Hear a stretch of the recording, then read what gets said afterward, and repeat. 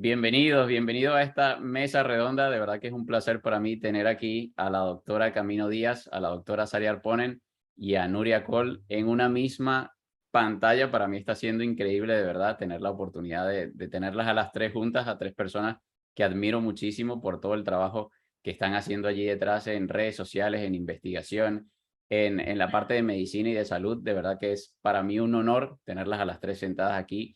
No físicamente, pero bueno, la ventaja de la vida moderna, de esa vida moderna que estamos viviendo todos, que no solamente está llena de tóxicos que nos pueden enfermar, sino que también tiene ventajas que podemos aprovechar. Así que gracias de verdad por tenerlas aquí a las tres reunidas y de hacer esto posible, cada uno con sus distintos horarios, pero que han buscado un espacio de tiempo para estar aquí compartiendo con todos nosotros.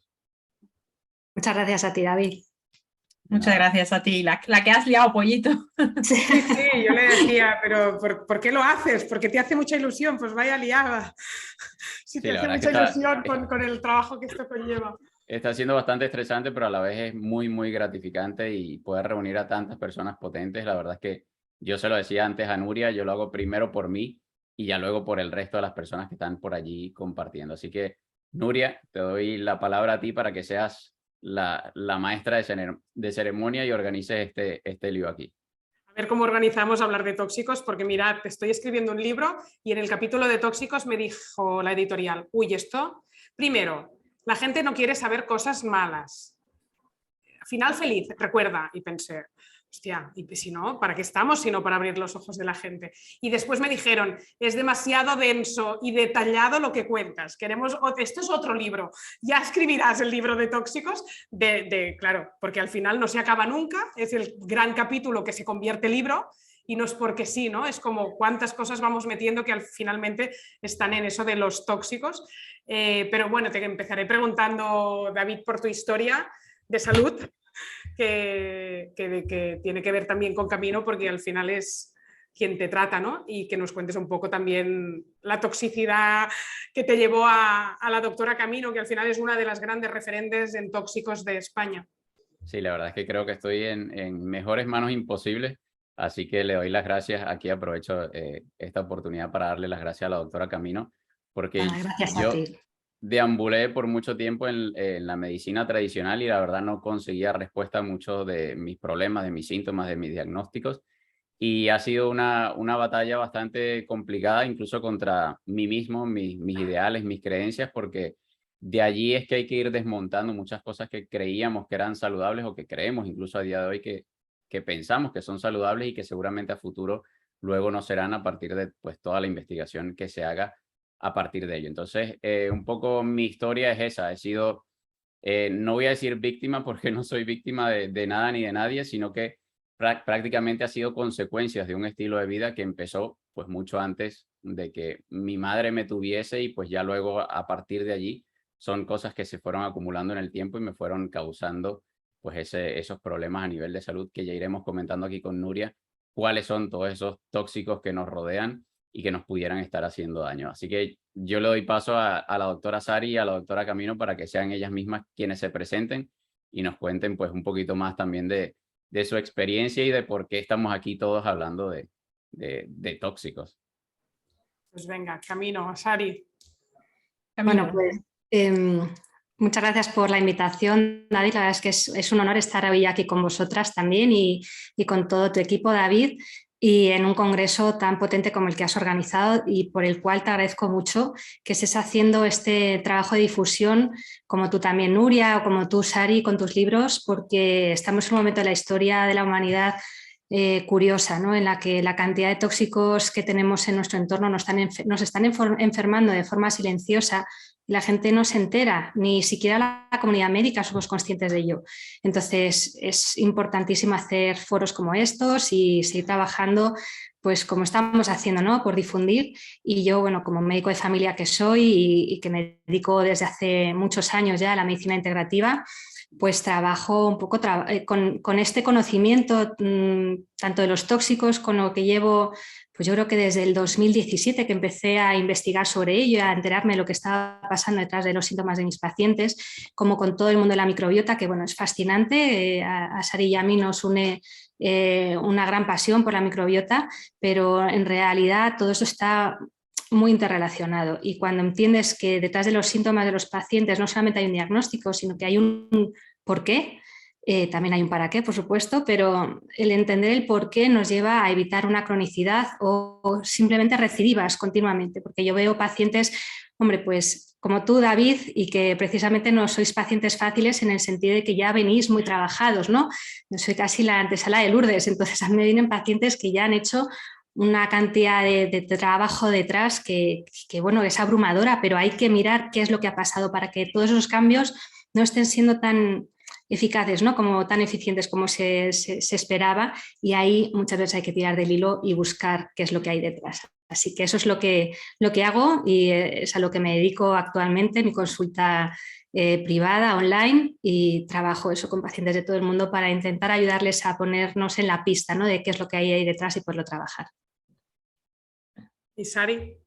Bueno, yo tengo la suerte de conocer también a Camino y de hecho admiro mucho su trabajo, y es una gran experta en tóxicos y en esa parte de la medicina ambiental, que precisamente hace poco tuvimos ocasión de hablar sobre ello, ella y yo, sobre la medicina ambiental y lo absolutamente ignorada que está por parte de la medicina, vamos a decir, más alopática, más farmacocentrista, que parece que esto de los tóxicos, como decíais antes, bueno, vamos a barrerlo debajo de la alfombra, que si no lo vemos, ¿no? Es la estrategia del avestruz, si escondo la cabeza y no me entero, no, aquí no ha pasado nada. Y sin embargo, bueno, yo soy médico internista, la mayor parte de mi trabajo siempre he estado en la sanidad pública española, en 9 hospitales de la Comunidad de Madrid, y ya sabemos todos esa medicina farmacocentrista, lo que, bueno, que es muy buena, oye, para ciertas cosas, si tienes una infección, un infarto, te rompes un hueso, pues estupendo.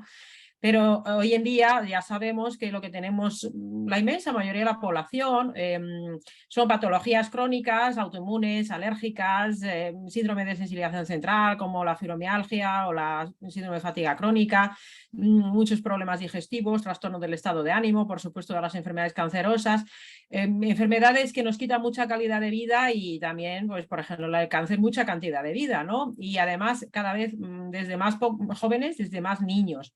Y cuando esto lo ves y ves que la medicina farmacocentrista pues palía un poco, pero muchas veces las soluciones que ofrece incluso te pueden empeorar sin que mejores mucho, cuando yo empecé hace muchos años a interesarme por la nutrición, luego por el estilo de vida y luego estudié PNI, pues te das cuenta de que esa medicina más farmacocentrista es la medicina complementaria, y que la verdadera medicina, que es la nutrición, el ejercicio, el control ambiental, la microbiota, los ritmos circadianos, pues esa prácticamente no se utiliza, ¿no? Y es la base de todo. Y yo cuando vi que en consulta, pues bueno, puedes ayudar a pacientes, pero yo tenía esa inquietud de hacer esa divulgación y llegar a más gente, ¿no? Y sobre todo también de que intentar cambiar la medicina. Yo lo intenté cambiar desde dentro del sistema, me di de hostias contra la pared, así a base de mucho sacrificio personal. Dije, bueno, esto aquí dentro yo no lo conseguí, lo intenté varios años. Y ahora pues la divulgación, y también con Slow Medicine Institute, el podcast y próximamente más cosas que haremos, pues ese intento de cambiar la medicina. Y como es difícil cambiar el sistema, no nos podemos simplemente quejar y decir, no, es que está todo muy mal, no va nada, los médicos no nos hacen caso, pues hay que ofrecer soluciones. Entonces, para mí la solución siempre, por un lado, es eso de piensa global y actúa local, y cada uno debemos actuar localmente, nosotros, en nuestra familia, en nuestro entorno, y a la vez intentar conseguir ese gran cambio. ¿Cómo? Pues para mí la divulgación es fundamental, porque con eso podemos cambiar a los pacientes, podemos cambiar también a los profesionales, cada vez somos más profesionales los que tenemos esto en cuenta, y con iniciativas como Slow, con mis libros, pues es la microbiota y dieta, el sistema inmunitario por fin sale del armario, o todo lo que hace Nuria, todo lo que estás haciendo tú también, David, y tú, por supuesto, todo lo que hace Camino, ya sea con pacientes en la consulta o con la divulgación, pues pienso que ahí está el cambio, que no quede por nosotros, que no seamos nosotros los que contribuimos a esconder las cosas.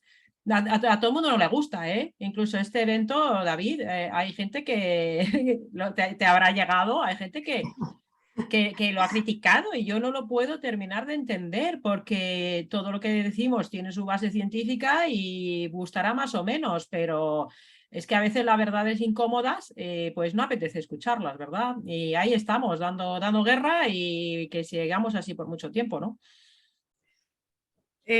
Vamos a hablar de cuando el paciente llega a consulta, por ejemplo, David, y no intuye que los tóxicos pueden estar relacionados con algunas de las patologías que tienen. Y después un poco cuál es el trabajo del terapeuta de descubrir que los tiros pueden ir por allí. Porque yo a veces hablo muy abiertamente con la gente de si creen o no creen en, por ejemplo, analíticas de metales pesados y tampoco veo que es una cosa que esté en la calle y que se estile. Y al final es como, bueno, ¿y cómo deducimos que esto es lo que nos puede estar afectando por descarte? O sea, cómo se está trabajando, ¿no? Hay gente que al final dice, pues deben ser las radiaciones electromagnéticas de tu casa, algo pasa, esta paciente no mejora, vamos a descartar. Y a la vez, también me da apuro que pensemos todo el día que estamos muy intoxicados, ¿no? Mucha gente me reclama, haz un podcast que se llame No todo es tan horrible, por favor, porque al final no se puede vivir escuchándoos todo el día. Y aparte de eso, es que es verdad que todos pensamos que estamos súper contaminados de mercurio y a todos nos está pasando porque todos comemos el mismo pescado, pero no es verdad. Si después haces una analítica y uno tiene un problema con el mercurio y el otro lo tiene con el arsénico. Entonces vamos a preocuparnos justo de lo que nos pasa a nosotros de forma personalizada, porque es verdad que es como, wow, ¿de cuántas cosas me tengo que preocupar? Oye, si te encuentras más o menos bien y tus hijos también, no te preocupes. O sea, tira. Porque al final, ¿no? Tienes que estar ahí como buscando el equilibrio todo el día. Pero en cuanto a cómo se evoluciona el tratamiento a un paciente, o por ejemplo, si quieres poner el ejemplo camino de David y cómo así se va como descartando, o si sois muy partidarias de hacer analíticas y después entramos al detalle, que tengo necesidad que me digáis vuestra opinión sobre si la analítica mejor es la de orina o es la de orina, la de pelo, la de uñas, la de todo, por si acaso, y así lo miro todo y cómo va, ¿no? A nivel de diagnóstico también me interesa. Bueno, no sé si quieres comentar algo, David, o si no, cojo la palabra, porque la verdad es que la pregunta de Nuria pues, es súper relevante y muy inquietante, ¿no? Lo primero, por supuesto, creo que hay que evitar el asustar a la población, pero sí que hay que responsabilizarles de que el cambio también está en nosotros, ¿no? Y creo que esto es fundamental, que cale, que no podemos esperar solamente a que los estamentos superiores y que haya pues, algún tipo de cambio más potente, porque es que a veces pues, esas instituciones tardan años, ¿no? en generar cambios. Entonces el cambio está en nosotros mismos, no podemos estar esperando eternamente. Y tenemos que saber que los tóxicos están en nuestro entorno, están ubicuos, están en lo que respiramos, están en lo que comemos, están en lo que nos ponemos en la piel, están en el entorno con las radiaciones, y eso es algo que no podemos negar. Luego hay una individualidad bioquímica, no a todo el mundo le afecta de la misma forma. Por eso creo que es bueno, Nuria, lo que tú comentas, no asustar a la población, pero sí que hay que informar y hay que hacerles responsables. Porque si no, estamos con la excusa siempre de, bueno, en realidad a mí no me afecta. Mira, a mí me gustaría que todo el mundo hiciese una reflexión de cómo está de verdad su salud, porque está muy cogida con pinzas. No nos podemos excusar en, bueno, yo me encuentro bien. Es que me encuentro bien, está tan maltratado. Es que la mayoría de mis pacientes me vienen por un problema y tienen en el cuestionario que les hago de 17 hojas que se termina transformando en 25 hojas escritas, tienen tantísimos síntomas que yo cuando lo analizo con ellos, bueno, lo han normalizado. Entonces, no es que estemos todos, bueno, exentos, no, bueno, como me encuentro bien, a mí no me afecta. No, por desgracia eso no es así. Nos afecta a todos en mayor o menor medida. ¿Y de qué depende? Pues de cómo estén nuestros sistemas de detoxificación. No todos tenemos la misma capacidad de eliminar tóxicos. Es verdad que hay la mayoría de estos tóxicos de los que estamos hablando hoy en día y que son los que más están afectando a la salud, son liposolubles, son persistentes, son muy difícilmente eliminables. Entonces, estos son muy difíciles de eliminar. El mercurio, organoclorados, bencenos, o sea, estamos con una dificultad fisiológica, natural, para eliminarlos. Pero, bueno, nuestro cuerpo hace lo que puede. Pero para hacer ese mecanismo de eliminación necesitamos tener suficientes coenzimas, vitaminas y estamos muy malnutridos. Estamos también en un momento de muchísima alimentación, pero estamos desnutridos. Realmente nos falta muchísimo magnesio, zinc, selenio, nos faltan cosas que son esenciales, vitaminas del grupo B, para poder hacer este tipo de eliminaciones, de detoxificación hepática y celular. Entonces, si ya estamos malnutridos, si puede que el 10% de la población tengamos polimorfismos genéticos que nos hacen tener una mayor dificultad para detoxificar, y encima tenemos una carga tóxica generalizada, hombre, pues esto es un tema de balance. Entonces, en función de qué te va a dar síntomas, pues de si tienes mecanismos de escape para que tu cuerpo se desahogue y pueda favorecer esa detoxificación, porque tengas buenos hábitos de vida, porque descanses bien, porque estés en contacto con la naturaleza, porque tengas suficiente vitamina D. Bueno, hay tantísimos factores que hay que tener en cuenta antes de ponernos a angustiar a la población en que lo principal es hacer una detoxificación endovenosa con quelantes, pues no, hay un recorrido previo muy importante, pero esto hay que analizarlo y hay que individualizarlo. Y bajo mi experiencia se puede analizar, es verdad que hay pues múltiples estudios para saber cuál es la carga de diferentes contaminantes ambientales, porque están los metálicos, los no metálicos, los plásticos, disruptores endocrinos.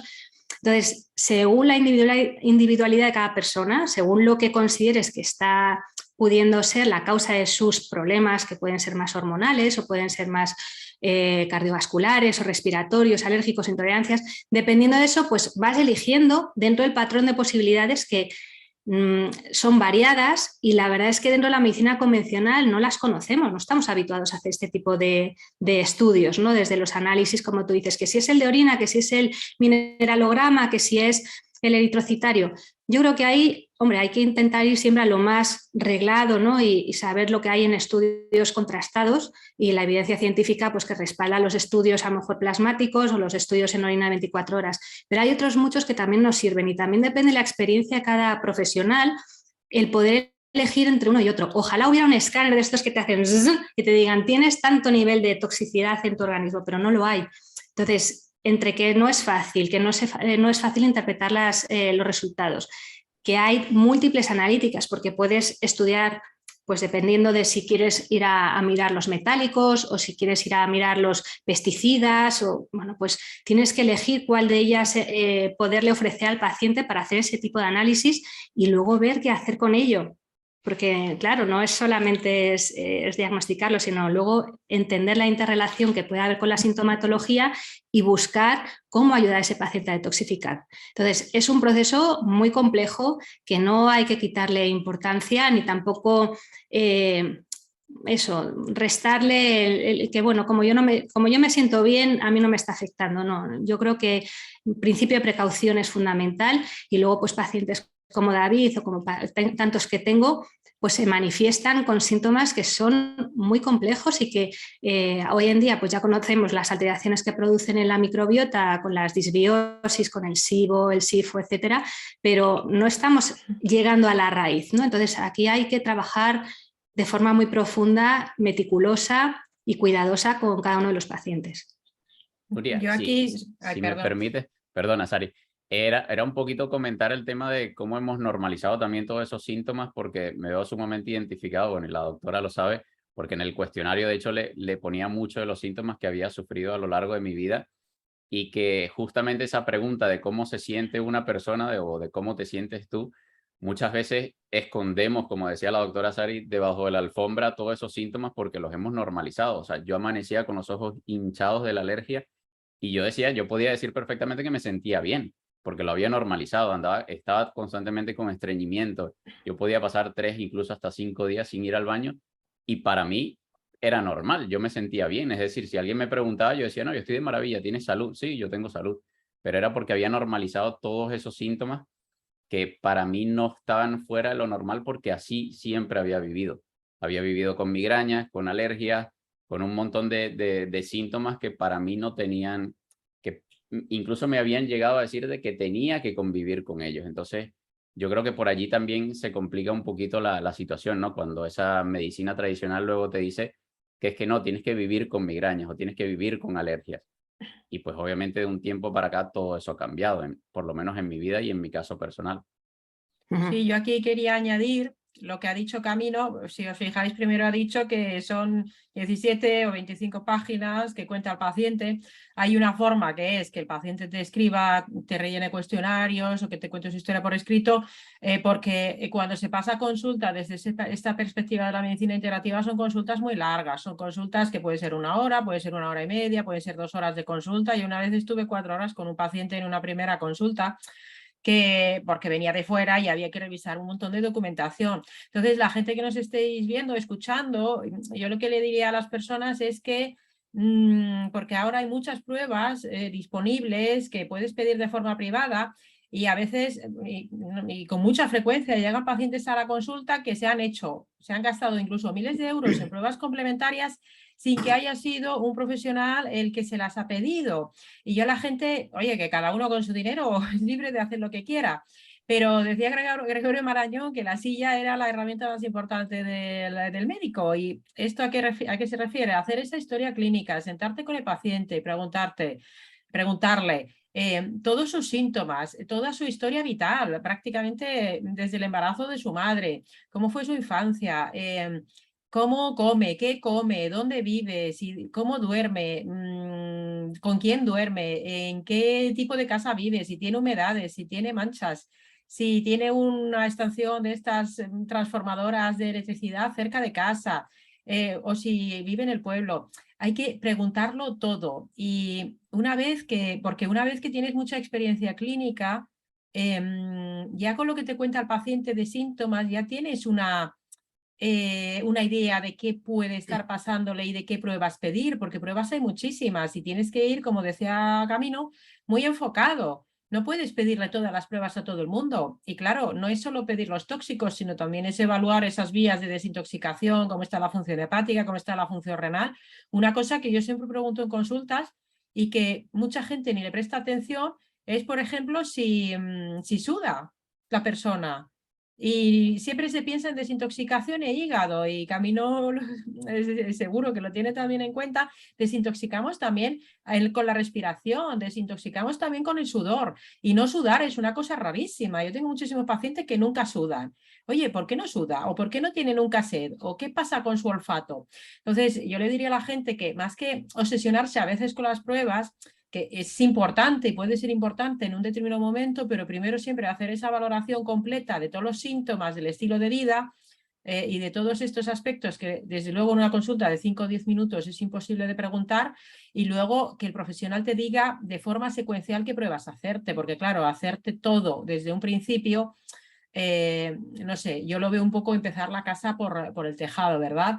Y esa historia clínica es fundamental. Y esto vale tanto para la microbiota, que también está muy de moda hacerse ahora metagenómica sin previo paso por profesional, y es más, incluso poner un tratamiento con arreglo a la metagenómica sin hacer la historia clínica, ¿no? Entonces quería puntualizar esto porque Camino también se tirará muchísimo rato en la consulta y analizando. Y es por eso por lo que los profesionales que nos dedicamos a esto también tenemos mucha lista de espera, o ni siquiera la tenemos, o poca disponibilidad, porque cada paciente te exige mucho tiempo de dedicación, ¿no? De estudio también previo y de preparación posterior. Perdona, Nuria, que te he interrumpido.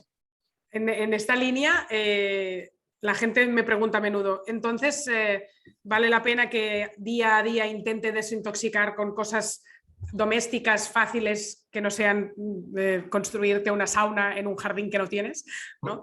Como por ejemplo tomar espirulina y clorela así a diario como formato quelante, ya que estamos tan intoxicados? ¿Tiene sentido?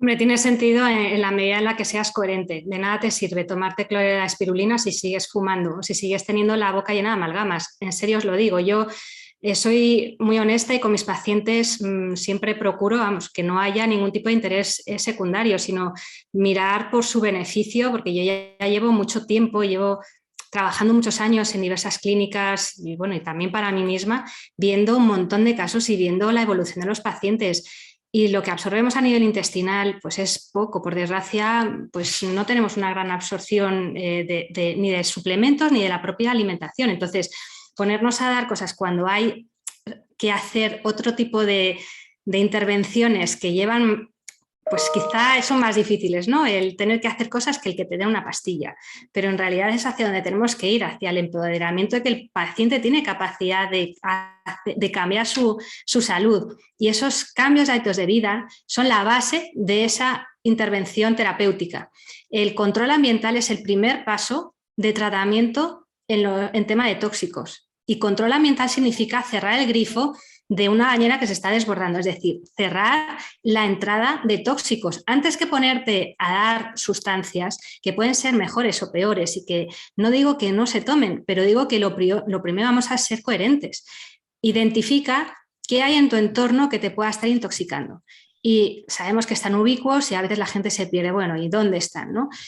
Yo recomendaría, y a veces, o sea, te pierdes, ¿no?, en una lista de cosas, porque claro, te pones a decir la cantidad de tóxicos que hay en todos lados y la gente se abruma.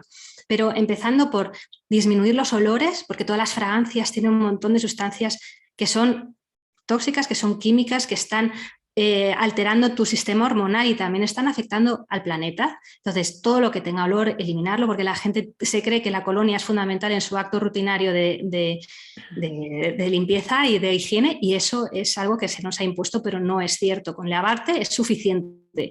Entonces, todo ese tipo de colonias, perfumes, desodorantes todos en spray, que generan un montón de compuestos orgánicos volátiles, disminuir eso ya disminuye dolores de cabeza, alergia, rinitis, cosas que son crónicas y que seguimos dando medicación para quitarlo, pero no estamos quitando uno de los factores fundamentales. Por otro lado, los suavizantes, por ejemplo, de las lavadoras, son innecesarios. Se puede echar un chorrito de vinagre que luego la ropa no huele a vinagre y queda igual de suave, y al menos estás dejando de contaminar al planeta y de tener un olor continuo y permanente en tu ropa que te está continuamente sobrecargando tu capacidad detoxificadora y alterando a nivel hormonal. Por eso los llamamos disruptores endocrinos. Por otro lado, lo que estamos continuamente haciendo, que es comer, ¿no?, y tragar, y lo que tenemos en nuestro entorno. Entonces, lo primero, en la boca, quitar las amalgamas me parece un acto básico de higiene. Eso sí que lo veo un acto de prevención de enfermedades. Quitar las amalgamas de mercurio, que son las plateadas, que luego la gente no sabe cuáles son las amalgamas. Las amalgamas plateadas están prohibidas hoy en día, pero están prohibidas ponerlas, pero no nos han dicho nada qué hacer con ellas. Hay que retirarlas. Están continuamente eliminando vapores de mercurio que son tóxicos y no les estamos dando nada de importancia. Son neurotóxicos, están afectando nuestra microbiota oral, nuestra microbiota digestiva. Entonces, eso, la alimentación lo más ecológica y libre de pesticidas. Estamos hasta las trancas de pesticidas, de agroquímicos, de fertilizantes. Entonces, creo que hay como cosas que son básicas y que se podrían empezar a hacer ese tipo de cambios, o a ventilar bien las casas para que los compuestos orgánicos volátiles, los formaldehídos, pues dejen de estar continuamente presentes y que no haya tantísima contaminación dentro de nuestras casas. Evitar los plásticos, que es algo muy básico, ¿no? Y que la gente ya empieza a tenerlo en cuenta. Bueno, pues sí, coger los plásticos y evitarlos, o sea, cambiarlos por vidrio y bueno, pues ver qué hacer con los plásticos para que no haya un mayor consumo de plásticos y que no se genere más demanda de plástico, porque estamos intoxicando también al planeta de plásticos y luego nos los terminamos nosotros comiendo. Entonces, bueno, pues hay cosas que se pueden ir haciendo. El pescado grande no solamente es peligroso por el mercurio para las embarazadas y los niños, también es para el resto de la población. Yo tengo un montón de pacientes que están hasta arriba de mercurio y es que se alimentan. Les pregunto además, porque es curioso, ¿usted toma pescado grande? Y dice, no, bueno, yo tomo atún en lata. Y yo, bueno, está enlatado, pero es muy grande el atún. Entonces, no hay una identificación, y como no tenemos profesionales que avisen de ello, pues tenemos a la gente muy despistada, y sí se pueden hacer este tipo de intervenciones. Y esto es antes que ponernos a detoxificar. Yo voy diciendo, a mí me desespera que en la última revisión del tema de los pescados y el mercurio meten la caballa, que es un pescado pequeño, es decir, que nos quedan los días contados de tomar pescado del mar, y yo no sé si comeremos pescado de granja en el futuro, porque habrá que ver cómo alimentan este pescado, que ya no come pescado pequeño, que era la gracia, ¿no?, para que sea fuente de omega 3 de verdad. Si están en una granja y comen el mismo pienso de mierda que comen, depende de qué cerdo, pues vaya gracia hacer pescado de granja. Pero bueno, han metido la caballa en la última revisión, y esto ya es el sumum de pensar que ni el azul pequeño que estábamos comiendo, bueno, bueno, que nos quedan muy pocos días. Si tiro para atrás y hablabas de amalgamas, se ha puesto como muy de moda sacarse las prótesis mamarias porque empieza a haber una movida en todo el mundo de algún paper de por ahí, pero no sé la evidencia científica, de la toxicidad que genera la prótesis mamaria en gente con un hipotiroidismo crónico o autoinmunes múltiples que no encontraban explicaciones y que están ahí probando. Sari, estás diciendo que sí como si tuvieras información. Es que, por un lado, no son solo las prótesis mamarias, porque conforme hablabas de las prótesis mamarias, yo estaba pensando también en el Essure, que no sé si te suena, os suena el Essure. Oh. Entonces, no, es que no son solo las prótesis mamarias, que ahora lo comentaré. El Essure es algo previo a lo de las prótesis mamarias. El Essure es un tipo de anticoncepción permanente que se colocaba hace bastantes años en las mujeres. Era una especie de dispositivo que se colocaba dentro de las trompas de falopio, y ahí lo que hacía era fibrosar la trompa y entonces ya no se producía la fecundación. Y entonces lo que sucedió con estos dispositivos es que al ser un cuerpo extraño empezaba a generar reacciones del sistema inmunitario, y muchas mujeres han tenido múltiples problemas del mismo tipo que ahora se están atribuyendo también a las prótesis mamarias. Cuadros de autoinmunidad, cuadros de trastorno del estado de ánimo, cuadros de dolor crónico, problemas de fertilidad, problemas, bueno, de fertilidad no, me refiero, problemas del ámbito del sistema hormonal de las mujeres. Y realmente una salud nefasta, ¿no? Con síndrome de sensibilización central, fibromialgia. Y ha costado mucho trabajo reconocer siquiera que el Essure es el responsable de todas estas cuestiones, y muchas mujeres todavía están batallando porque se reconozca que sus problemas de salud se relacionan con el Essure, porque además, al ser un dispositivo que está dentro de las trompas y que se ha fibrosado, su retirada es súper complicado, y aquí tanto la propia empresa fabricante como muchos de los que colocaban estos dispositivos han hecho una especie de, no sé cómo se llamaría, pero igual que hay eco-washing, ¿no? Que lavan las marcas como haciéndolas querer parecer ecológicas, pues también queriendo decir, no, bueno, es que no hay evidencia científica, porque no se ha demostrado que eso sea la causa de que estén mal, ¿no?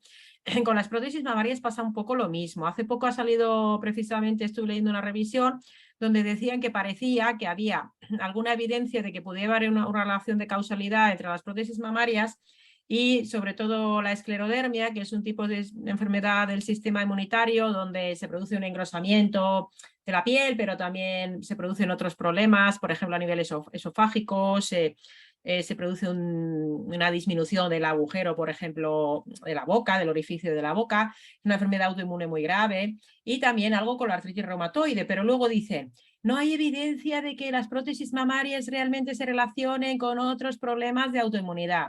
Aquí con lo que nos encontramos es con una dificultad en general en medicina ambiental y medicina relacionada también con la microbiota o del estilo de vida, y es que el ser humano no es, o sea, la medicina busca esa relación siempre como de causa-efecto, como de manera muy directa, sin pensar en que el cuerpo es un sistema complejo, donde hay una predisposición genética, donde hay una exposición a todos los factores ambientales desde la infancia, que estamos expuestos a cientos de miles de sustancias realmente en el ambiente, porque hay como unas 400.000 sustancias químicas registradas, que luego tenemos una microbiota, que genéticamente no somos iguales y que los sistemas bioquímicos y de detoxificación o del sistema inmunitario tampoco son iguales. Entonces puede haber mujeres que se pongan unas prótesis mamarias y que nunca le den un problema, y puede haber otras mujeres que se ponen una prótesis mamaria y que a lo mejor no le darían un problema, pero cuando se junta una disbiosis con mucho estrés crónico, con disruptores endocrinos y otra serie de cuestiones, como por ejemplo las amalgamas, es toda esa suma de procesos lo que acaba dando el problema. Entonces, ¿hay evidencia de que las prótesis mamarias dan problemas? La hay. Pero establecer una causalidad de que todas las mujeres de prótesis mamarias van a tener un problema, o que en esta mujer en concreto las prótesis mamarias son las que le generaron un problema, es muy complicado establecer esa causalidad. Y, por ejemplo, ¿quién establece esa causalidad? Pues si nos vamos a otro ámbito, que es la farmacovigilancia, por ejemplo, o las vacunas incluso, y tampoco quiero aquí abrir un melón especialmente, realmente al final es una persona quien estudia ese caso y dice, pues yo creo que lo que le ha pasado no está en relación con la vacuna que se puso, con la prótesis que se puso, que el fármaco que tomó. Al final no hay una forma verídica al 100% de decir que esa relación de causalidad se debe en este caso a la prótesis mamaria. Pero incluso los tatuajes.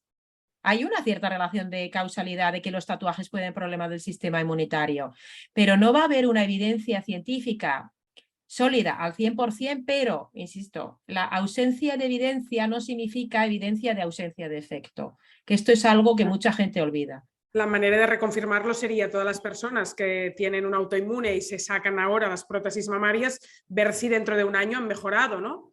O algo así. No necesariamente, porque una vez que la autoinmunidad ya se ha establecido y el sistema inmunitario, digamos que va a su bola, ya se ha pasado de rosca, ya se ha establecido la enfermedad, no porque quites el cuchillo, porque piensa que a lo mejor esa exposición ha sido de años o de décadas. Entonces, no porque quites el cuchillo de una herida significa que le vayas a salvar la vida al que le han apuñalado. Claro, hay que quitar el cuchillo. No hace falta sacar la prótesis, entonces. Hay que sacarla, igual que a un apuñalado le tienes que quitar el cuchillo, pero solo con sacar la prótesis no va a ser ni mucho menos suficiente como para mejorar. Aquí lo que tendría que haber estudios amplios, poblacionales, donde tuvieras grupos de mujeres con prótesis y otro grupo grande de mujeres sin prótesis y ver ahí igualando todos los otros factores, pero claro, el problema está en que cómo igualas todo el resto de factores, su exposición a tóxicos y, por ejemplo, su microbiota o su genética. Y de aquí viene el negacionismo, viene el negacionismo de los que dicen no pasa nada y no hay evidencia, ¿no? A mí, que es una percepción, creo que en Latinoamérica, depende de qué sitio, se operan mucho más los pechos que en otras partes del mundo. Es una cosa muy sabida, ¿no? Y vas allí y te cuesta menos dinero y la gente viaja expresamente y muchas mujeres muy jóvenes con 18 y 19 años seguro que están operadas. Y yo pienso, pues algún día saldrá algún estudio del vínculo con problemas de salud que tenga un rango mayor en los casos donde en Latinoamérica hay mucha más prótesis mamaria, algún día tendrá que aparecer esto y a veces tampoco cuadra del todo, ¿no? Es en plan, tiene que haber ahí más problemas de salud o no, ¿no? Porque tampoco sabes todo lo otro de lo que están haciendo en sus vidas y el estrés que tienen y todo. Sobre lo del ESURE estaba pensando, podrías hacer un episodio, Nuria. Sí. Porque es un escándalo. Como tantas cosas que vemos una cantidad de relación, ¿verdad, Sari? Que nosotras podemos hacerlo porque lo tenemos en cuenta, pero el de que no exista una evidencia tan clara, ¿no? Que podamos decir esto se debe a esto otro, porque hay multifactorialidad, los pacientes tienen múltiples espectros que están afectando a su salud y que pueden estar también condicionando, ¿no? la expresión de esa sintomatología. Entonces, no solamente se debe a una prótesis o es que hay otro factor que está por debajo, que es su estabilidad inmunológica, cómo está esa permeabilidad, cómo está su inflamación sistémica, que le va a condicionar esa respuesta a esa prótesis. Y luego nuestra observación clínica también es muy importante. Y a mí esto es algo que me da mucha pena cuando nuestros compañeros se quedan simplemente en, bueno, si no hay un paper, si no hay una revisión precisa, no le doy validez a esto, cuando también una de las bases, ¿no? de la evidencia es la práctica clínica y la observación, ¿no? Y yo veo en mi consulta, porque tengo muchos pacientes, llevo muchos años viendo muchos pacientes y yo no puedo hacer caso omiso a lo que veo. Y yo veo pacientes en los que luego intento buscar referencias bibliográficas y no las encuentro. ¿Y qué hago? ¿No le doy importancia? Pues es que no lo puedo evitar y de hecho lo que intento es pues promocionar un poco esa difusión para encontrar personas que a lo mejor también hayan visto lo mismo que yo y advertir a personas. Porque yo veo, por ejemplo, como pacientes con problemas de Helicobacter pylori muy resistentes a los tratamientos antibióticos que les han dado múltiples ciclos de antibióticos y no responden a esos antibióticos y cada vez además empeoran porque están desestabilizando más su microbiota, etcétera. Y yo les miro porque no solamente se hace el diagnóstico si tienes un Helicobacter pylori o no, sino el que hay detrás para que ese Helicobacter pylori esté tan resistente ahí. Y me encuentro, por ejemplo, en esta situación no digo todos, pero sí muchos de mis pacientes, es algo que me llama la atención, que tengan la boca llena de amalgamas. Y cómo haciendo ese tipo de intervenciones en los que retiras tóxicos, retiras amalgamas, ayudas a detoxificar, de repente, ¡pum!, el Helicobacter pylori ha dejado de tener actividad en el test de aliento. Y dices, o sea, es que esto yo no lo encuentro para publicarlo, pero sinceramente para mí es algo que no puedo obviar, y como esto pues muchas cosas. Entonces, bueno, puede haber o no referencias bibliográficas, pero no podemos dejar de hacer caso omiso, ¿no? No podemos hacer caso omiso a lo que estamos viendo. De los alimentos ecológicos me gustaría haceros alguna pregunta, porque tengo la sensación que nosotros, que ya llevamos unos años, que tuvo su momento de moda, pero ahora pues quizás se habla más de disruptores endocrinos, o estamos súper preocupados del agua que estamos bebiendo y cuántos filtros nos tenemos que meter en casa, y no se está valorando demasiado lo de la comida ecológica. Hay ciertos nutricionistas que dicen que es muy elitista promover la comida ecológica, que tampoco ayuda mucho. Yo creo que hay una incredulidad por parte de la gente más joven, nuevas generaciones, en cuanto a esto. No están midiendo bien lo de los pesticidas o están poniendo el foco en otra cosa, y es como que está perdiendo mucho fuelle el impacto o la necesidad de la gente de que la cesta de su cesta de la compra sea de comida ecológica. Es en plan, esto es para ricos, esto no nos lo podemos permitir, a esto no atendemos, no hacemos caso. Cuando hace 20 años era de lo primero que cambiabas y ya se daba por hecho, y después ya venías y te metías en la osmosis, no te la metías. Ahora la gente se pone la osmosis y está con otras guerras. Y en cambio, ahora que he montado un e-commerce de productos saludables, yo no tenía ninguna duda, se llama Como Foods, no tenía ninguna duda que todo el catálogo de productos va a ser ecológico con la certificación. Y he hablado con e-commerce, startuperas, que tienen consumidores más jóvenes, las siguientes generaciones que están por debajo mío, y me dicen, es que no es un driver, esto no lo piden, no hace falta. Hago keto, vendo low carb y nada de lo que tengo en mi catálogo es bio. Y es, no, joder, yo soy de las de biocultura de los años, ¿no? Es como, ¿en serio? Pero si en biocultura todos lo teníamos clarísimo. En los años 70 los pioneros que eran muy pro de la alimentación vegetariana en aquel momento lo tenían clarísimo, lo de los pesticidas. Digo, ¿no estaremos contando demasiado bien el impacto que tienen los pesticidas en el cuerpo? Yo creo que es otra de las verdades incómodas, Nuria. O sea, es muy fácil escudarse en que es caro. Mira, lo que debería ser es que no se tendría que llamar ecológico, debería llamarse alimentación, o sea, debería ser, o sea, que decir que la otra alimentación, los otros productos los que no son ecológicos son los que deberían catalogar como productos con agroquímicos. Es que esa sería la realidad. Entonces, empezamos el dedo en la llaga, pero luego además es que invertimos muy poco en alimentación. Cada vez en las últimas décadas, pues cada vez decrece el porcentaje de la economía que implica nuestra dedicación a esa alimentación que es nuestra base de la salud. Es que lo decía Hipócrates, pero es que se nos ha olvidado y es fundamental. Es que a mí me parece que es excusarse y hacer caso omiso a lo que está pasando, porque hay muchos ecologistas que están muy concienciados con el impacto de los pesticidas en la biomasa de insectos en el ecosistema y cómo está alterando pues, toda nuestro planeta. Pero es que eso mismo está pasando en nuestro intestino. O sea, esos plaguicidas que están afectando a los cultivos y que están ahí alterando todo el ecosistema, estamos comiéndonoslos a través de esos alimentos no ecológicos y están afectando nuestra microbiota. También hay un déficit de biodiversidad en nuestra microbiota, en las diferentes cepas y filum de bacterias que tenemos debido a estos pesticidas que nos estamos tragando. Es que estamos haciendo el mismo tipo de fumigación dentro de nuestro intestino, y así estamos en una era en la que de repente se ha disparado la cantidad de intolerancias alimentarias, de SIBOs o de sobrecrecimientos bacterianos, de candidiasis, de parasitosis, de disbiosis permeabilidad intestinal. ¿Por qué creéis que es? O sea, que hay... lo que pasa afuera pasa dentro de nuestro organismo igualmente. No se puede obviar. Esto es una verdad incómoda que preferimos, pues mira, para otro lado. Y ahora, como se lleva la dieta ceto, pues todos a la dieta ceto. No, hombre, no. Vamos a ver qué es lo más importante para cada individuo, pero sin obviar lo básico. Es que creo que estamos fallando en la divulgación. Cosas concretas que producen nuestro organismo, comer plaguicidas, ¿no? Herbicidas, pesticidas, es decir, cosas concretas. Ahora has dicho poca diversidad bacteriana. ¿no? de nuestra microbiota. No sé si puedes añadir algún motivo más, en plan en concreto, 1, 2, 3, esto es lo que pasa, porque si no la gente no se lo cree si no eres muy contundente, muy claro, ¿no? Es en plan, bio por qué, y a veces nos falta un poco la contundencia de decir cómo se traduce esto en nuestro cuerpo.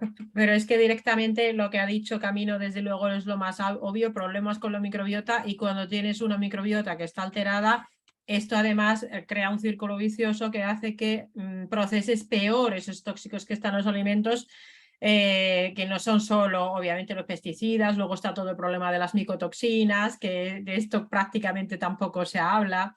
Pero a mayores no es solo la microbiota, sino que también se sabe y hay estudios prácticamente para la mayoría de estas sustancias de cómo influyen de forma negativa en el funcionamiento de nuestras propias células, ya solo del sistema inmunitario, por supuesto también en otras muchas, cómo hacen que pueda haber una alteración en la producción de anticuerpos, que es el sistema inmunitario adaptativo y es esa memoria inmunitaria.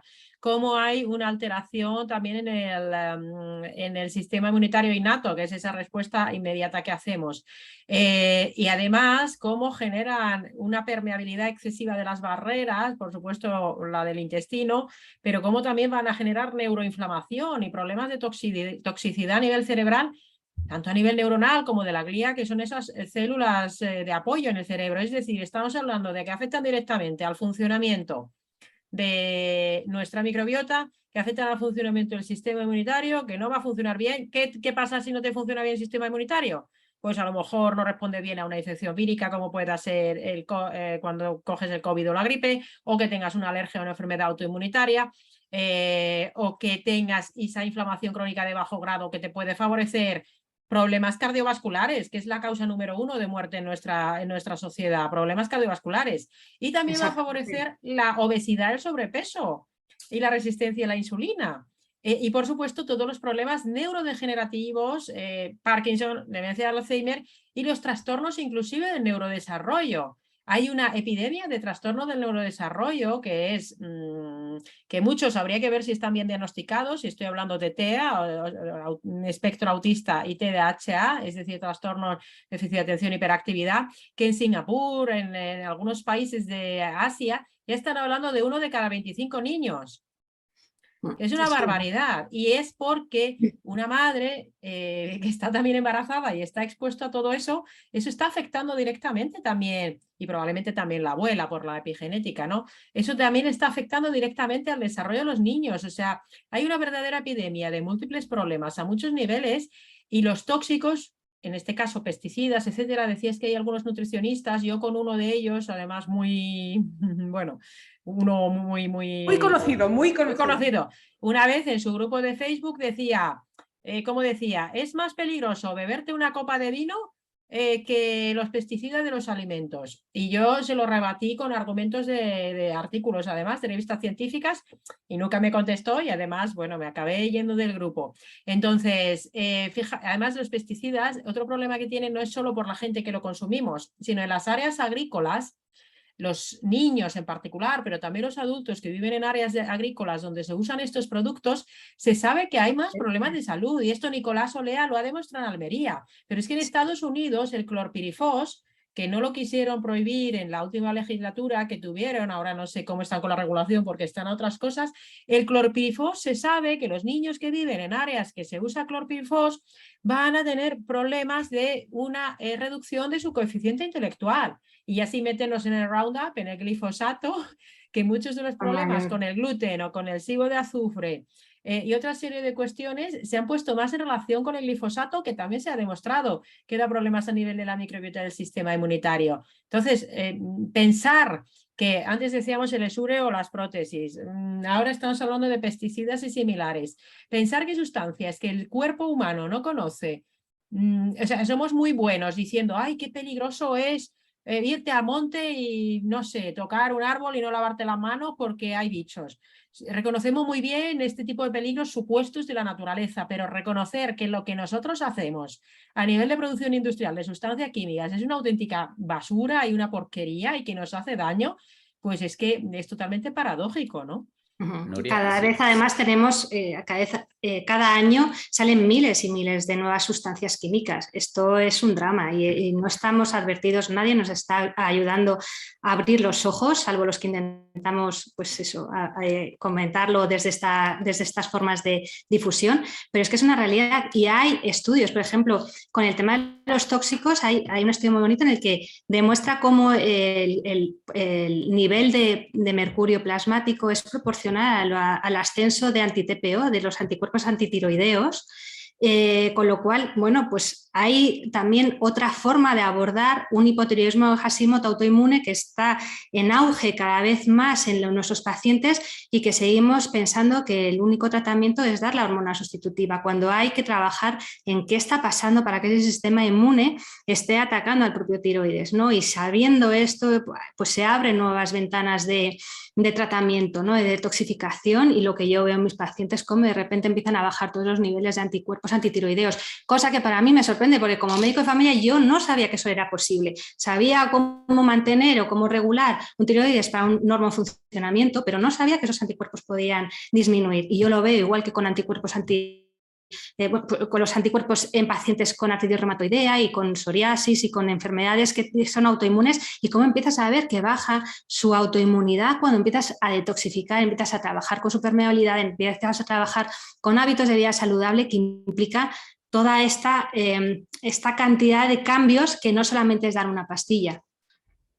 ¿Sabes? Iba a comentar, ya que mencionaba Nuria, el tema de la divulgación, ¿no? Yo creo que el problema está en todo esto que estamos hablando, es que no llega a ser tangible, no llega a ser un impacto agudo en el organismo, no es como algo que te comes y te manda al baño. Entonces yo creo que al no ser tangible, cuando uno habla de microbiota o de los tóxicos, y son tantas cosas, imagínate una persona allí fuera que nos está escuchando y tenga tatuajes, amalgamas y, ¿sabe? O sea, no sabe por dónde empezar.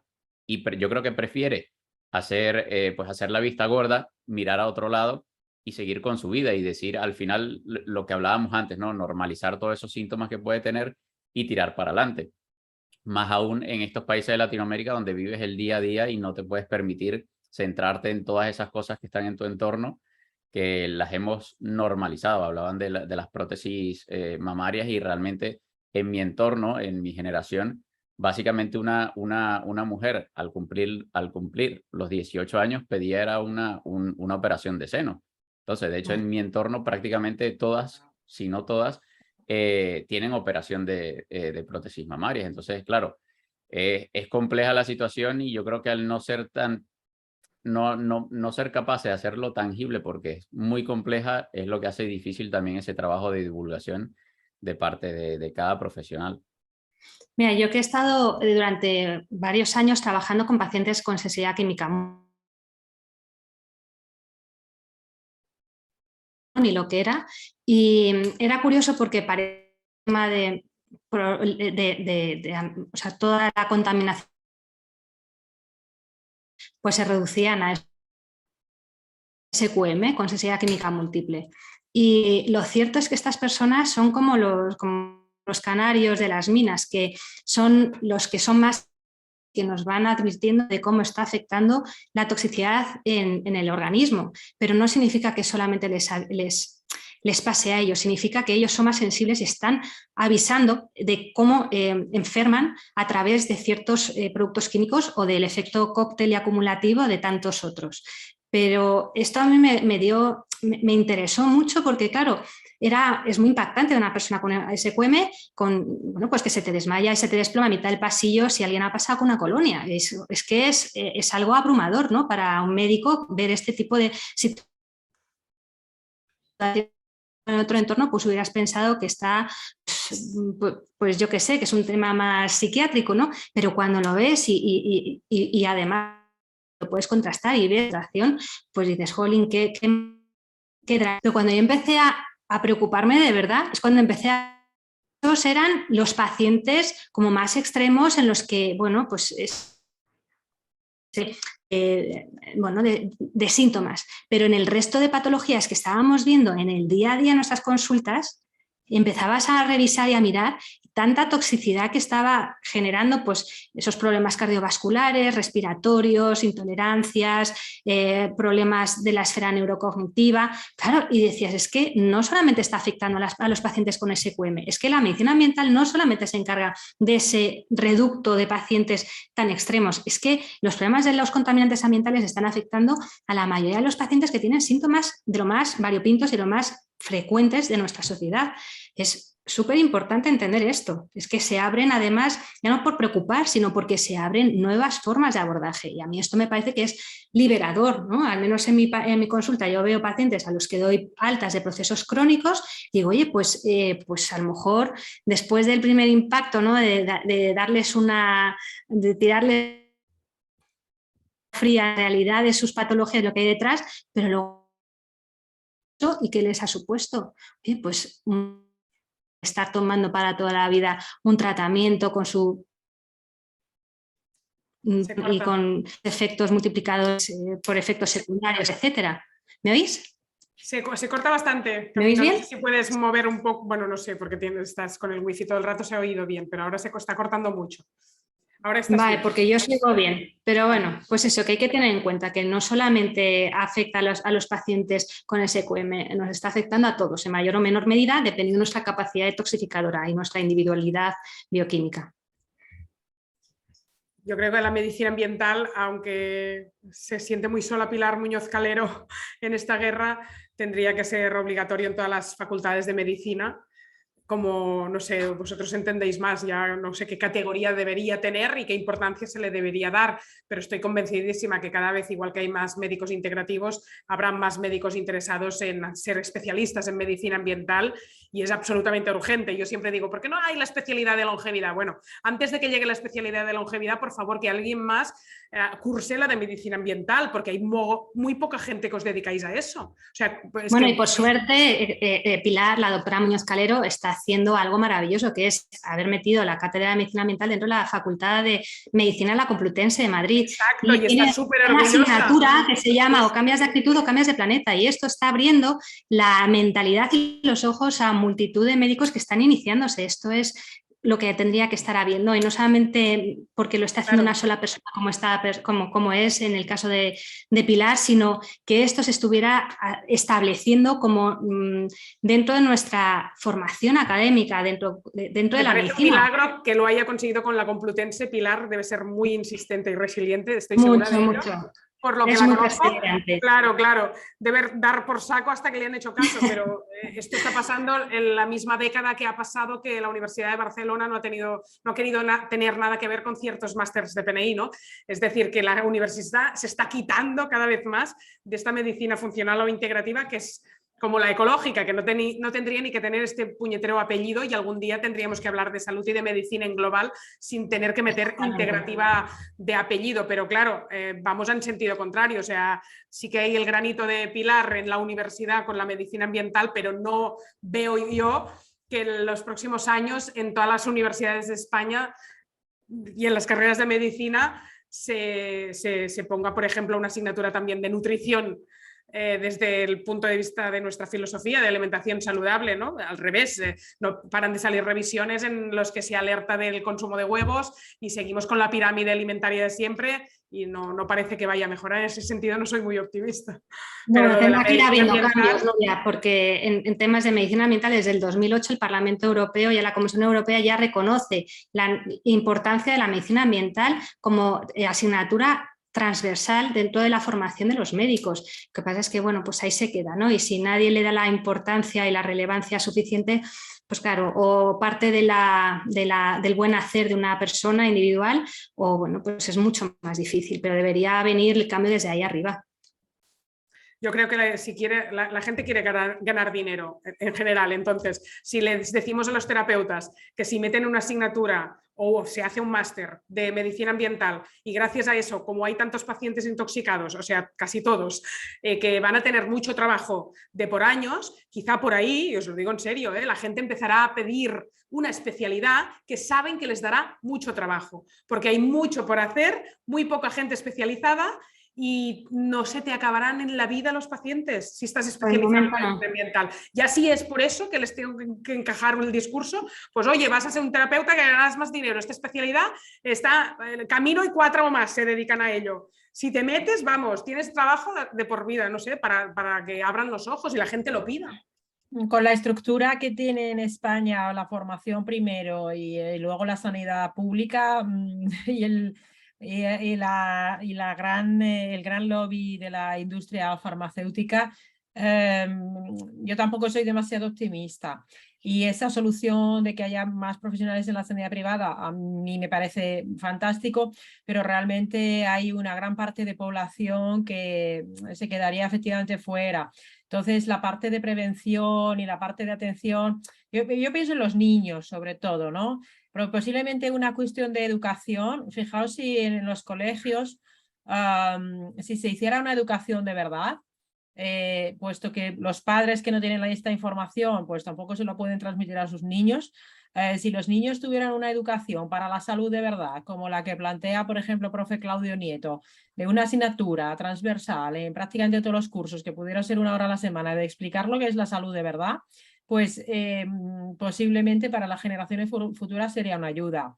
Pero desde luego debería haber esa asignatura, debería existir esa especialidad, igual que debería existir otras especialidades más acordes a las necesidades y a cómo está ahora el panorama en la atención sanitaria, pero que hay un lobby. Nosotros, los que estamos aquí, todos los que están en el Congreso, los que nos vayan a ver, vivimos en una especie de burbuja un poco y a veces tenemos la sensación de que todo el mundo es consciente de la importancia de la microbiota, del estilo de vida, de la alimentación, no sé, el ayuno, el ejercicio físico, los ritmos circadianos, pero luego sales por ahí fuera y ves que, ay, pues es que yo conozco a la gente que se preocupa por esto, pero no es la mayoría de la sociedad y es más, los que hablamos de esto somos los raritos a veces, ¿no? Entonces pienso que la divulgación sigue siendo importante, llegar a penetrar de múltiples maneras poco a poco a la sociedad en su conjunto y seguir actuando de manera local en nuestros entornos, porque bueno, al final la gente, cuando tú le cuentas estas cosas y cada persona que se vea mi libro, que te escucha a ti, Nuria, o que se vea este congreso de David, o que sea paciente de Camino, que la siga en redes sociales, luego se lo va a contar a más gente. Entonces, se trata al final, como desde arriba, no se va a producir el cambio, porque es que no se va a producir, porque hay suficiente evidencia como para que ya se hubiera producido. El cambio tiene que venir demandado desde abajo, desde la masa, ¿no? Y por eso hay que hacer cambios en la masa. Y yo creo que entre todos estamos haciendo ese trabajo, pero sabiendo que es un trabajo arduo, con mucha gente en contra, y que es a muy largo plazo, ¿no? Y seguir actuando local mientras tanto. Yo al principio decías lo del impacto ambiental, que mucha gente está muy metida en el impacto planetario y la salud planetaria, y esto sí que ha llegado como para quedarse. El consumidor pide a gritos que un producto que se pone en el mercado sea sostenible como segundo motivo de compra, y si no, no lo compra. Y no entendí, y en los colegios, mis hijos, por ejemplo, es continuo que están hablando de contaminación ambiental continuamente. Mamá, esto es plástico, fuera, esto tal, y digo, ostras, ¿cómo es que no hablan nunca de salud individual? Pero perdona, Nuria, hay muchísimo ecopostureo. Totalmente. O sea, la mayor parte de lo que se hace a nivel político o a nivel, pues incluso educacional, es ecopostureo. Totalmente. Realmente no va a la causa raíz. Es increíble. Pero sí que dicen que es un motivo para comprar o no comprar en un e-commerce, ya que el e-commerce está haciendo productos sostenibles con el planeta, con sistemas de retorno y tal. Y es como, pero mi hermano es ambientólogo y se dedica al reciclaje de toda la vida. Y no mejoran nunca los datos de la gente que recicla y la que no recicla. Y no mejoran ni tan siquiera las casas que están comprando ecológico y saludable. O sea, la gente está diciendo que cuida su salud y después va al contenedor y lo mezcla todo. Es increíble el postureo. Los artículos que soy como menos leídos son siempre los del impacto planetario, es decir, el efecto Greta Thunberg no es real.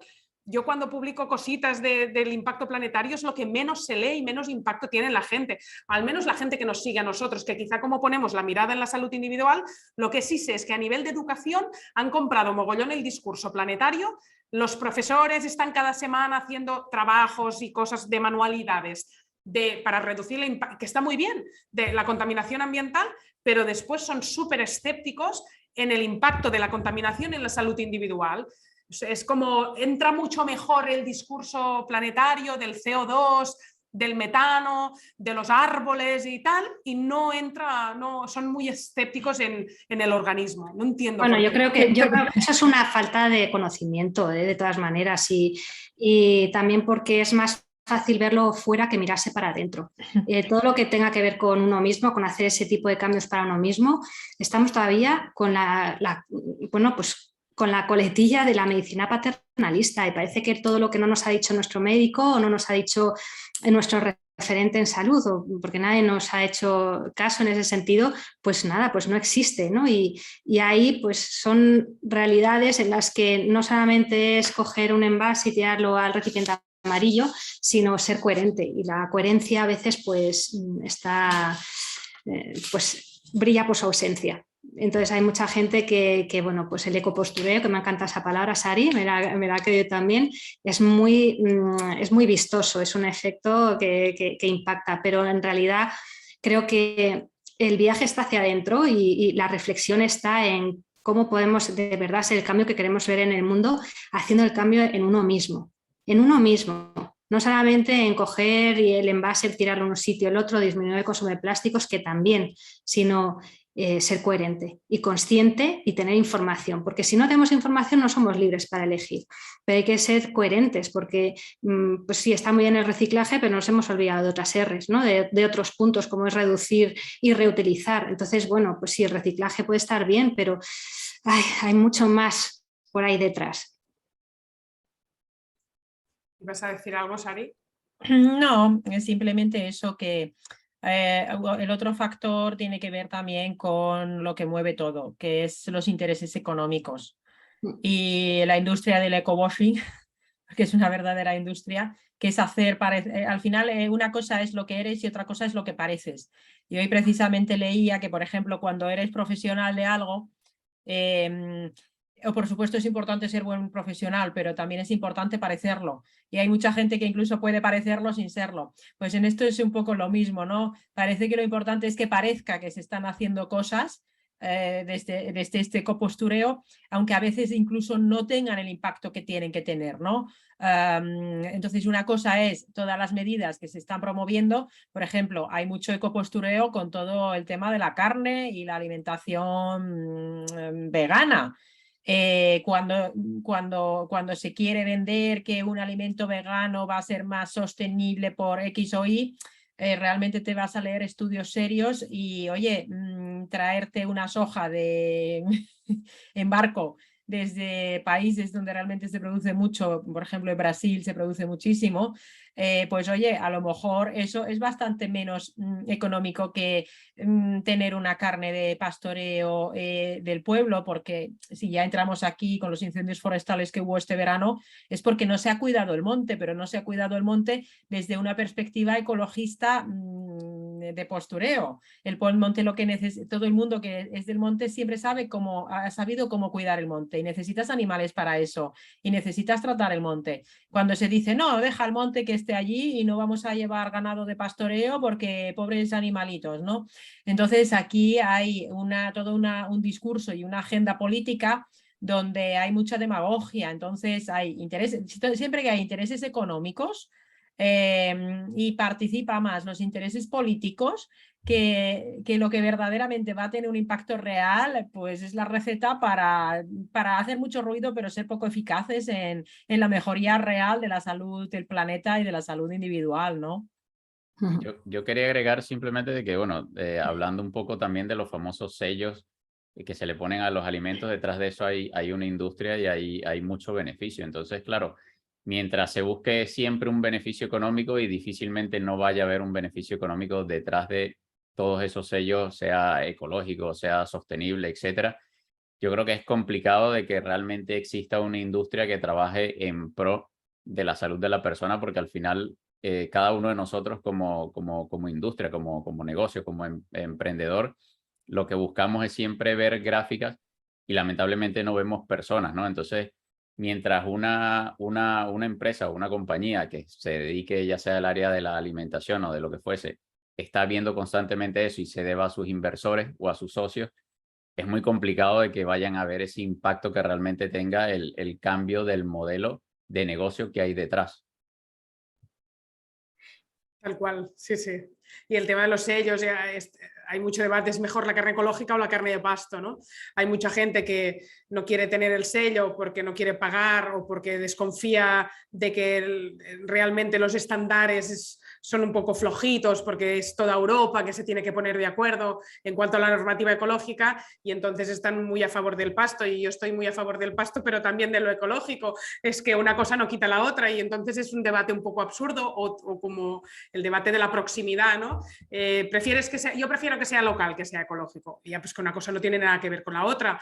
Primero, que hay unas trampas impresionantes de la industria. Están diciendo que es de proximidad y local porque un producto que están comprando en India lo terminan de elaborar en una fábrica que está afincada en España, y así pueden poner proximidad, porque aquí no hay, es la ciudad, esto es el país sin ley.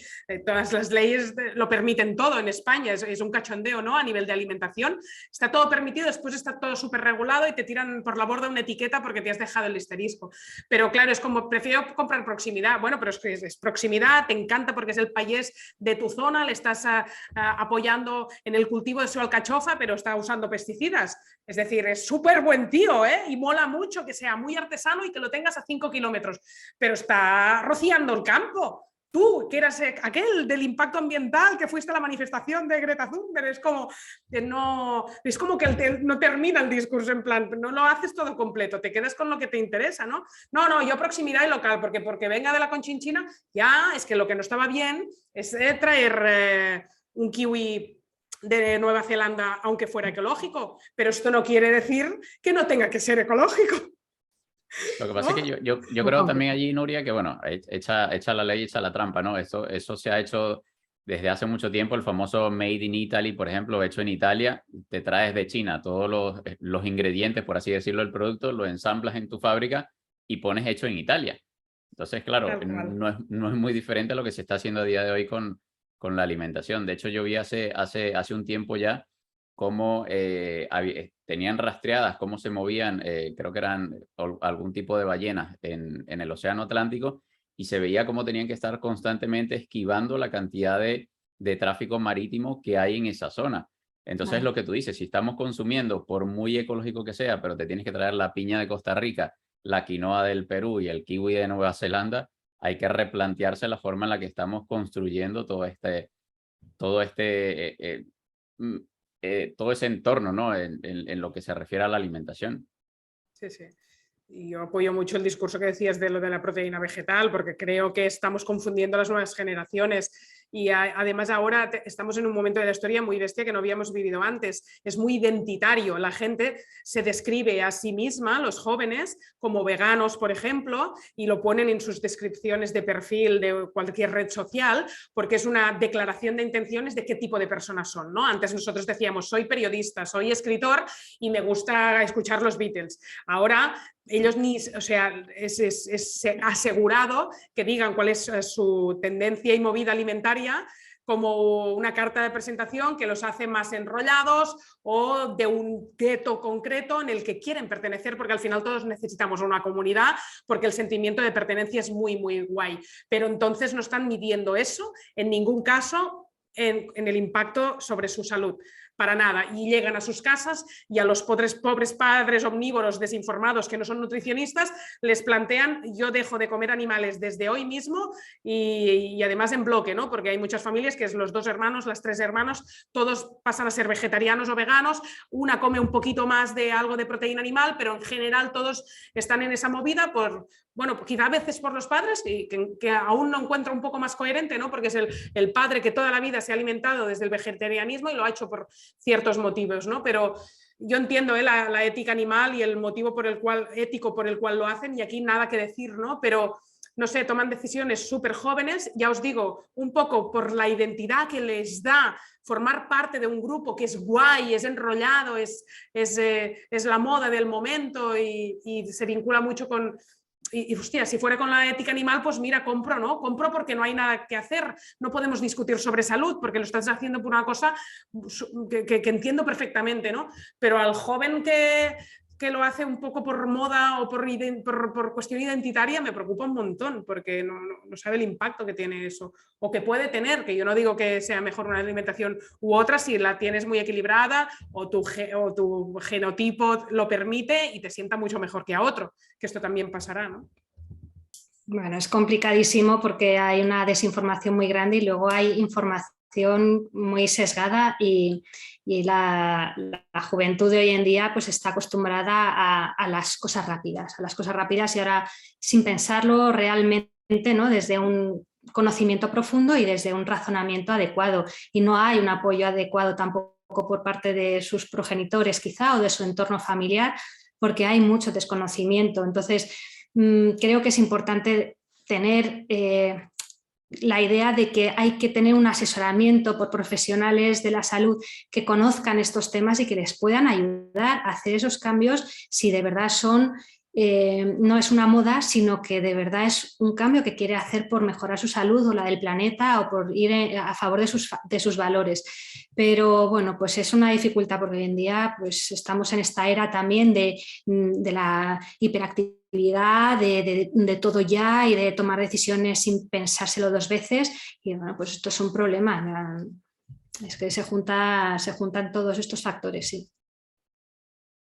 No sé cuánto tiempo más tenemos, David, y cuánto rato quiero que estemos, porque podemos estar todo el día, ¿eh? No, sí, si nos extendemos...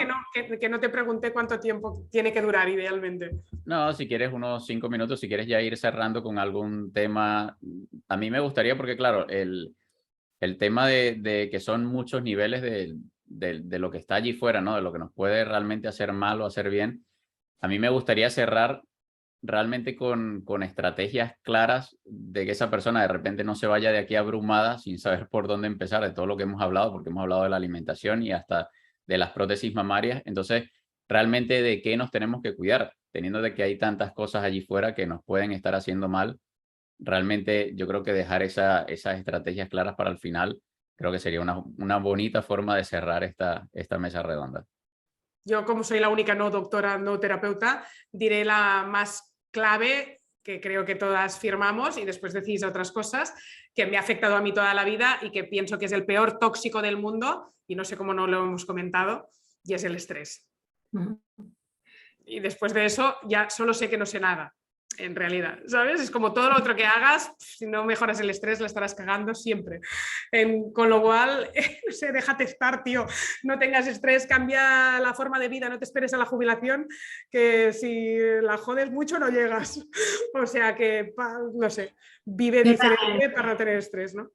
Yo también suscribo lo que dice Nuria, estamos en un momento de intoxicación de cortisol, estamos realmente infoxicados, ¿no? De tanta información que nos llega y con el ritmo de vida frenético estamos, vamos, y está detrás de la mayoría de las patologías y de su desestabilización. Yo lo veo mucho en pacientes cuando después de tiempo de trabajar su microbiota o trabajar su inflamación sistémica y conseguimos una estabilidad y de repente ese factor estresante ha vuelto a su vida y si no lo ha trabajado pues es motivo de que haya una recaída. Entonces el estrés es fundamental, el contacto con la naturaleza, el entender que el sedentarismo también nos está enfermando. Entonces hay un montón de cosas que se tienen que hacer. A nivel de tóxicos, yo creo que ya lo que he dicho previamente son 4 o 5 gestos que se pueden ir haciendo y lo importante es tener esa información y que se vaya abriendo la chispa de la curiosidad, porque en el momento en el que haces un solo cambio ya estás empezando a admitir que hay algo que puedes hacer tú de forma individual y que puede cambiar tu salud. Y yo lo que le digo muchas veces a mis pacientes, no te fíes de mí, tú fíate de lo que te vaya a decir tu cuerpo, porque al final ese feedback que te da el organismo, cuando empiezas a hacer esos cambios en tu vida, empiezas a bajar la carga tóxica, empiezas a alimentarte mejor, a estar en contacto con la naturaleza, que te dé el sol de forma saludable, a que descanses bien, a que bajes el nivel de estrés, etcétera, el cuerpo empieza a reaccionar. Nuestro cuerpo es maravilloso y tiene capacidad de reequilibrio, pero no lo hemos fomentado nunca. Entonces, creo que por concluir de forma positiva, creo que simplemente con escuchar esto y la próxima vez que vayas a hacer un gesto en tu vida, cuestionarte si es lo óptimo o si hubiera otra opción más saludable para ti, para tu entorno, ya es un primer paso. Y eso va a llevar a que sigas haciendo un cambio óptimo en tu salud. Yo quería agregar que, bueno, de hecho no he tenido todavía la oportunidad de hacer mi próxima consulta con la doctora, que de hecho esto no lo sabe, yo de hace 3 meses me empecé a ver con un psicólogo, ya que estamos hablando de estrés y ansiedad, y realmente, bueno, la doctora lo sabe, yo tenía problemas de estreñimiento que pasaba incluso hasta 5 días sin ir al baño, y fue empezar a tratar el tema de la ansiedad, a cambiar ciertas cosas en mi vida, en mi entorno, en relaciones muchas veces incluso tóxicas, y fue empezar a ir como un relojito al baño todos los días, y eso, Qué bueno, fuerte. es increíble, o sea, Qué guay. y llevaba años sin poder ir al baño día tras día. Así Qué que, fuerte. bueno, para Fíjate, que voy a hacer un inciso porque en mi forma de trabajar, mi propuesta o lo que yo he ido como haciendo un resumen, ¿no?, de qué es la intervención que yo hago en mis pacientes y por qué veo que evolucionan tan bien. Que lleva un trabajo intenso por parte de los pacientes, pero es verdad que lo he plasmado en 6 pasos en los que trabajo el control ambiental como punto número 1, a la alimentación, la microbiota intestinal, la inflamación sistémica que hay detrás, trabajo con la naturaleza, con los ciclos circadianos, etcétera, y trabajo con el origen emocional. Cada uno de estos pasos son fundamentales para restablecer la salud. Lo que pasa es que a veces el paciente lo que está buscando y lo que espera escuchar es que hay una pastilla mágica. Entonces, pacientes como David, que es un lujo, porque son pacientes comprometidos con su salud, tienen una evolución tan bonita que es espectacular ver la evolución, o sea, también que es la oportunidad, ¿no? Tener una enfermedad al final es una oportunidad para hacer cambios en tu vida y quien lo siente de esa forma y quien es capaz de trabajarlo así, le cambia la vida y aprovecha pues esos momentos difíciles, ¿no?, de incomodidad con los síntomas y con las enfermedades para transformar su vida, crecer, evolucionar. Entonces, en ese proceso, entender que es igual de importante hacer quizá un apoyo psicológico en un momento dado o empezar a dormir mejor y a recuperar la energía es igual de importante que a lo mejor trabajar con tu microbiota o quitar un tóxico. Has dicho personas tóxicas y yo diría también emociones tóxicas, ¿no? Como diría el psicólogo Víctor Amat, no quieras ser quien no eres. O sea, si eres un iPhone, eres un iPhone, y si no quieres ser un Android, ¿no? Él siempre pone este símil. Y yo pienso que aparte de las personas tóxicas, a veces tenemos unas emociones tóxicas sobre nosotros mismos por querer ser como el otro, porque nunca llegaré a ser, porque no soy tan trabajador como el otro que estoy viendo, y las comparaciones son odiosas y redes sociales no ayudan nada en eso. Y yo creo que hay un estado depresivo en la sociedad porque no conseguimos ser quien no nos aceptamos tal y como somos, y eso es de consulta de psicólogo también, y yo seguro que siempre apostáis para ir de la mano, porque muchas veces el nutricionista piensa, hostia, o me formo en coaching emocional o derivo directamente a psico, ¿no? Porque hay tanta somatización, tanta insatisfacción, tanta complejidad, o sea, la gente con tantos complejos y los jóvenes aún más. Sari. Bueno, yo diría, o sea, estoy totalmente de acuerdo con todo lo que comentáis. Yo diría 3 cosas concretas, por decir 3 y cerrar por mi parte con eso. Una es, obviamente, la alimentación, lo estamos diciendo mucho. Hay otras charlas en este congreso sobre alimentación. Comida de verdad, cocinada en casa y no demasiadas veces cuando somos adultos al día. Estamos sobrealimentados. Al final, los productos de alimentación son otro tóxico más cuando se toman ultraprocesados a todas horas.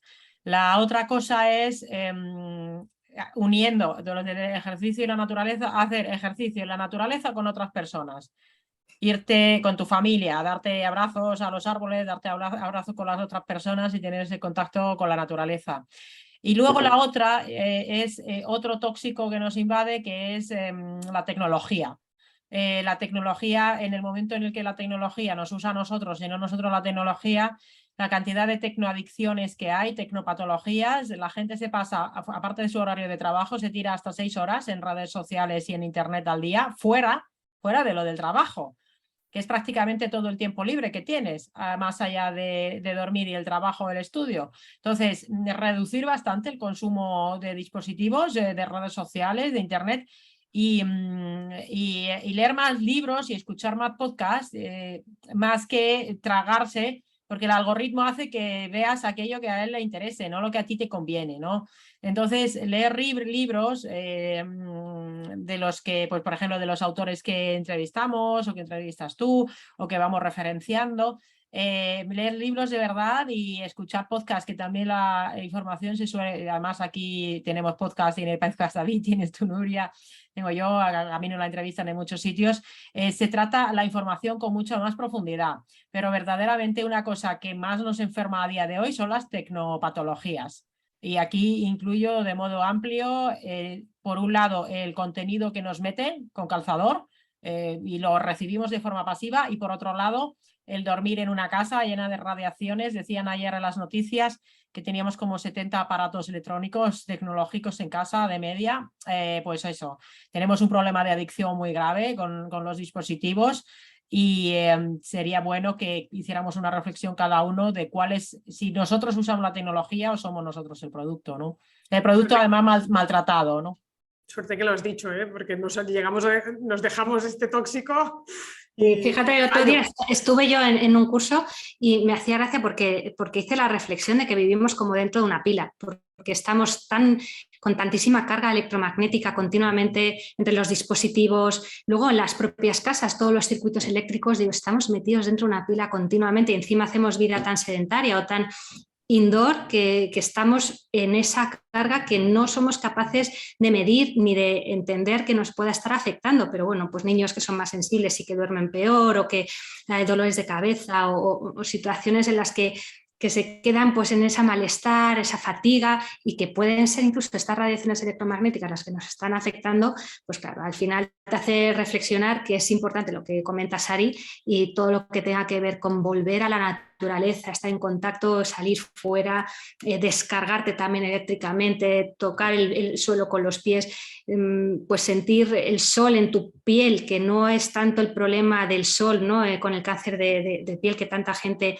teme, ¿no? Sino el quemarte, pero de quemarte a estar un rato expuesto al sol es tan importante, y también que te descargue al contactar con la naturaleza. Bueno, pues son factores que hay en tantas partes que también hay que tenerlos en cuenta, sí. Muy bien, no sé si nos dejamos algo y si no cerramos. David, tú eres el jefe aquí. No, sí, yo diría, es que si no, como decías tú, daría para mucho, tendríamos que hacer solamente una mesa redonda de todo un día. Así que nada, yo por mi parte agradecerle a las tres de haberlas tenido aquí, de verdad, compartiendo este ratito, esta casi hora y media, hablando únicamente de tóxicos, que simplemente que seamos conscientes de que están allí, de que nos afectan a todos los niveles, y simplemente me gustaría que se quedaran de que no se lleguen a abrumar y que empiecen simplemente por lo que tienen más a mano. Esa sería mi conclusión, y te doy a ti, Nuria, para que seas quien despida esta increíble mesa redonda.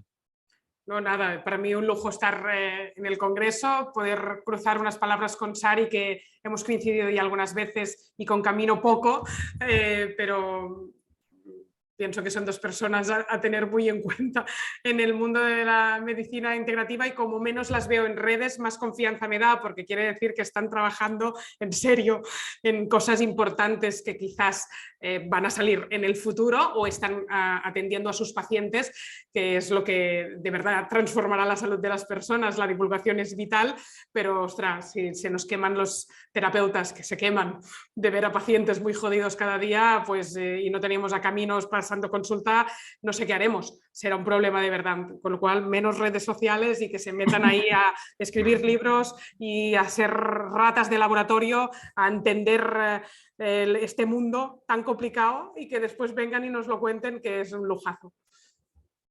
Y nada, muchas gracias por todo, muchas gracias también por organizar esto, y un placer compartir con vosotras también, que creo que yo siempre digo, cuando la gente dice no, está todo muy mal, nadie habla de esto, pero si somos cada vez más los que hablamos de todas estas cosas, entre todos, como decía aquella serie, que solo no puedes, con amigos sí, pues eso. Qué bien. Pues un placer. Muchísimas gracias, David, por organizarlo y ha sido un placer estar con vosotras en esta mesa redonda. Nada, muchísimas gracias de verdad y bueno, creo que está todo dicho, ¿no? Sí, sí. Gracias. Gracias. Gracias. Chao. Gracias.